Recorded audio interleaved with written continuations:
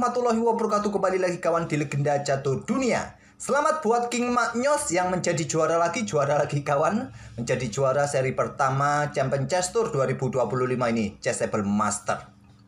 Sepertinya juaranya sudah diprediksi oleh chess.com. Sejak awal chess.com memasang 3 foto pemain ini kawan. Magnus berada di depan menjadi juara, Hikaru Nakamura di belakangnya menjadi runner up, dan Iannepo di belakang Magnus menjadi atau menempati posisi ketiga di seri pertama ini kawan. Ya, sudah diaturkah atau diprediksikan? Kita nggak tahu. Ya mungkin saja kebetulan, anggap saja kebetulan. Nah, 3 pemain ini juga qualified ya untuk mengikuti kejuaraan dunia e-sport. Admin belum lihat jadwalnya untuk Piala Dunia e-sport kawan. Oke, kita tinggalkan saja, kita tunggu saja nanti berita selanjutnya seperti apa untuk Piala Dunia e-sportnya. Dan tak perlu kita banyak bicara lagi ya. Magnus berhadapan dengan Hikaru Nakamura lagi ya di partai Grand Final. Kembali lagi Hikaru Nakamura harus mengakui kekuatan Magnus Carlsen. Ada yang kemarin ya berdebat soal rivalitas. Apakah mereka ini setara atau enggak, selevel atau enggak. Ya memang saat ini Magnus Carlsen ini tak terbantahkan lagi menjadi pemain catur terkuat di planet ini untuk sementara waktu ya. Ya sementara waktu, siapa tahu besok lusanya ada pemain cilik yang mempunyai kekuatan ajaib. Siapa tahu juga. Oke kawan, kita akan lihat permainan Magnus versus Hikaru Nakamura pada game pertama ya. 3 game berikutnya berakhir miss. Oke, langsung saja, ini adalah game pertama. Magnus pegang putih duluan, pion E4, pion E5, kuda F3, kuda C6. Ada pembukaan Italia dipilih oleh Magnus. Jarang-jarang kita melihat pembukaan Italia dari Magnus. Nah, di sini kesempatan kita belajar pembukaan Italia. Kita belajar dari ide-ide Magnus ini kawan. Nah, kuda F6, pion D3, pion H6. Variasi yang dipakai Hikaru Nakamura mengalahkan Alireza. Gamenya kemarin kita ulas ya. Hikaru Nakamura menemukan kombinasi pengorbanan menteri ke petak H4. Bagi kawan-kawan yang belum nonton videonya, nanti di akhir video saya sertakan linknya pengorbanan menteri Hikaru Nakamura yang membuat Alireza keok. Kemudian rokade Magnus atau pion C3 bisa kalian lanjutkan. Rokade Magnus, dan di sini gajah C5. Paling banyak kawan pion D6 dimainkan oleh hitam di posisi ini. Tapi kita lihat gajah akan terkurung oleh rantai pion ini. Nakamura nggak suka. Nakamura ingin coba keluar menyerang, tidak ingin menunggu untuk diserang Magnus. Jadi keluarkan gajah untuk juga dalam posisi serang kawan. Tidak terkurung dengan pion dan hanya bertahan saja. Jadi keluar menyerang juga dengan gajah C5. Pion C3, pion D6 sekarang, kuda BD2 rokade, langkahnya cukup standar ya. Dan sekarang Magnus dengan pion H3. Untuk kontrol petak G4, masing-masing juga kontrol petak di pusat atau di petak G4, G5 ini. Dan juga memberikan kesempatan bagi raja untuk bernafas ya.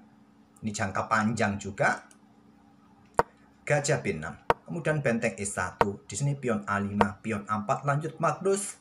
Gajah E6 menantang pertukaran. Nah, biasanya kalian bisa juga langsung menerima pertukaran ini. Atau jika kalian tolak, biasanya paling banyak ke petak B5 kawan. Tapi tidak dengan Magnus kali ini. Pion B3. Dan coba perhatikan formasi pion Magnus ini. Seperti perahu kawan yang dinaiki oleh seorang bishop. Seorang peluncur. Cukup menarik formasi pion dari Magnus. Tidak biasa kawan. Ada benteng E8 atau juga mempunyai kesempatan dobrak. Nakamura lebih memilih aktifkan benteng terlebih dahulu. Dan sekarang gajah B5. Pin kuda terhadap benteng. Gajah mundur blokade pin. Kemudian kuda C5 serang gajah. Mau kemana? Petak C5 boleh, ke petak A7 boleh. Gajah C5 pilihan Nakamura. Kemudian gajah D2. Untuk sokongan petak B4, persiapan pion B4-nya dimainkan oleh Magnus Carlsen. Menteri juga siap berkembang ke E2, ke C2, koneksikan benteng sesegera mungkin. Gajah A7. Nah, menteri ke E2, ke C2 merupakan langkah terkuat. Magnus lagi-lagi membuat kejutan, menyerahkan gajah terangnya, caplok kuda C6. Untuk menghilangkan penjaga pion A5 ini kawan, siap dicaplok pion ini oleh Magnus. Caplok kembali oleh gajah, kuda caplok pion A5, gajah meluncur, ambil pion F2 skak, ambil balik oleh raja, benteng, ambil kuda A5. Apa rencana Magnus? Rencananya seperti ini. Pion B4, benteng mundur, pion B5. Ada ruang yang kosong kawan di lajur A ini, berharap nanti Magnus bisa meloloskan satu pionnya. Jadi pion bebas. Gajah mundur diikuti pion C3. Nah, Magnus sekarang mengunci ruang-ruang terang kawan. Membuka sebanyak mungkin juga diagonal gelap bagi gajahnya bermain di diagonal gelap ini. Salah satu prinsip dalam permainan catur untuk permainan gajah, tempatkan pion kalian berlawanan dengan warna gajah kalian. Artinya, buka sebanyak mungkin ruang atau diagonal bagi gajah kalian. Inilah yang dilakukan oleh Magnus. Memang terkadang kita menempatkan pion-pion ya berada di warna peta yang sama dengan gajah lawan, ini juga harus diperhitungkan juga. Jadi nggak asal Magnus Carlsen bermain. Seperti kemarin ya, gamenya siapa? Joseph Taher. Elroy menempatkan pionnya di ruang gelap, sama warnanya dengan gajah gelapnya Joseph Taher. Lanjut kawan dengan pion C6 untuk merusak struktur pion Magnus. Magnus Raja G1 untuk meninggalkan diagonal gelap ya. Melenceng garisnya. Ya, bisa dimanfaatkan oleh menterinya Nakamura, jadi langsung lari.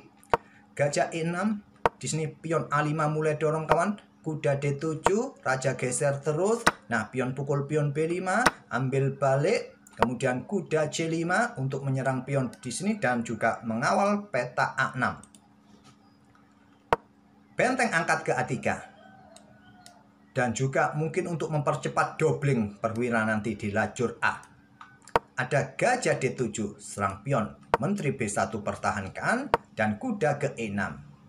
Mau ke peta D4K atau peta F4K, tapi dia meninggalkan kontrol peta A6 kawan, memberikan kesempatan Magnus dorong maju pionnya. Jual, beli. Nah, inilah rencana Magnus yang sudah digambar tadi sejak langkah keberapa kawan? Sejak langkah ke-15 dan sekarang kita berada di langkah ke-28. Coba, berapa langkah dia atau Magnus sudah mengkalkulasi, merencanakan semua ini untuk membebaskan satu pionnya? Berapa langkah? Dari langkah ke-15 sampai langkah ke-28. 13 langkah. Itu pun juga berbagai cabang sudah dikalkulasi oleh Magnus. Lanjut kawan. Kuda C5. Pion dorong maju. Ada menteri C7. Menteri A1 pertahankan pion. Gajah B5. Stockfish menyarankan blokade lajur A untuk menghancurkan pion ini. Tapi bagi kita yang mungkin nggak masuk akal ya. Nggak masuk akal, korbankan perwira agar pion putih jatuh. Bermain dengan sepasang benteng, melawan dua perwira minor ditemani dua perwira mayor. Tapi ini langkah terbaik buat hitam saat ini kawan. Memilih gajah B5, menyerang pion. Dan Magnus bisa saja dorong maju pion D4. Tapi Magnus tidak mau. Dia ingin aktivitas gajah menyerang kuda kawan, dan kalau terbuka ya pionnya akan cukup nyaman. Melepaskan pion. Diterima Nakamura, kuda caplok pion D3, ancam benteng. Benteng B1, ada dua perwira dalam posisi kena tekan kawan. Nah, menteri juga siap keluar untuk memberikan tekanan dua perwira lainnya ini. Kuda juga siap diaktifkan oleh Magnus. Gajah C4, menteri C6, menteri D7 yang kuat. Gajah C4, ada kuda D2. Pion D5, pion pukul, diikuti pion F5. Hikaru Nakamura mencoba mengcounter lewat sisi raja kawan. Nah, di sini menteri C3. Awas ya. Gajah jelas jatuh. Tapi ada pion E4, pertahankan posisi kuda, melepaskan gajah. Tapi juga memberikan jalan bagi menteri ke peta G3 serang gajah. Kuda F1 serang menteri, lindungi gajah. Ada kuda F2 skak, sikat oleh gajah, menyerahkan benteng. Bagaimana jika raja ini geser ke peta G1, kuda ambil pion H3. Lagi-lagi kawan, kalian harus caplok sekarang ya kalau tidak ingin remis. Oleh karena itu Magnus tidak mau buang waktu, jadi sikat saja. Ancam menteri, menteri memilih ambil benteng. Kalau ambil gajah nanti jadinya seperti ini. Pion D6 skak, raja H7, ada pion D7 serang benteng, benteng geser, menteri ke D5 serang benteng di sini, juga serang pion yang di sini, mungkin berlanjut benteng langsung caplok pion A7, ambil balik oleh menteri ambil pion F5 dan raja H8, mungkin benteng D1 perkuat posisi pion. Jadinya seperti ini kawan. Tetap ya, Magnus akan unggul 1 perwira penuh, tapi pionnya lepas. Memilih menteri caplok benteng A3, kemudian pion D6 discover check, raja naik ke peta H7 untuk menghindari baris belakang, kemudian menteri D5 sentralisasi untuk juga dukungan bagi pion, tekan benteng di sini, posisi pion aman dengan keberadaan gajah kawan, dan pion dalam posisi terancam. Pion F4, setelah menteri F5, Hikaru Nakamura menyerah.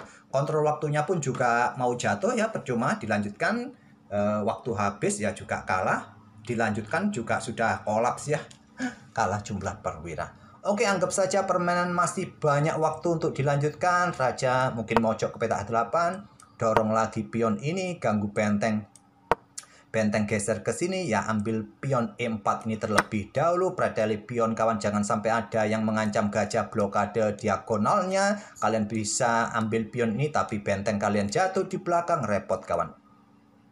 Mungkin dengan menteri D6 kah ya, aja gajah B7, pertahankan semua posisi pion.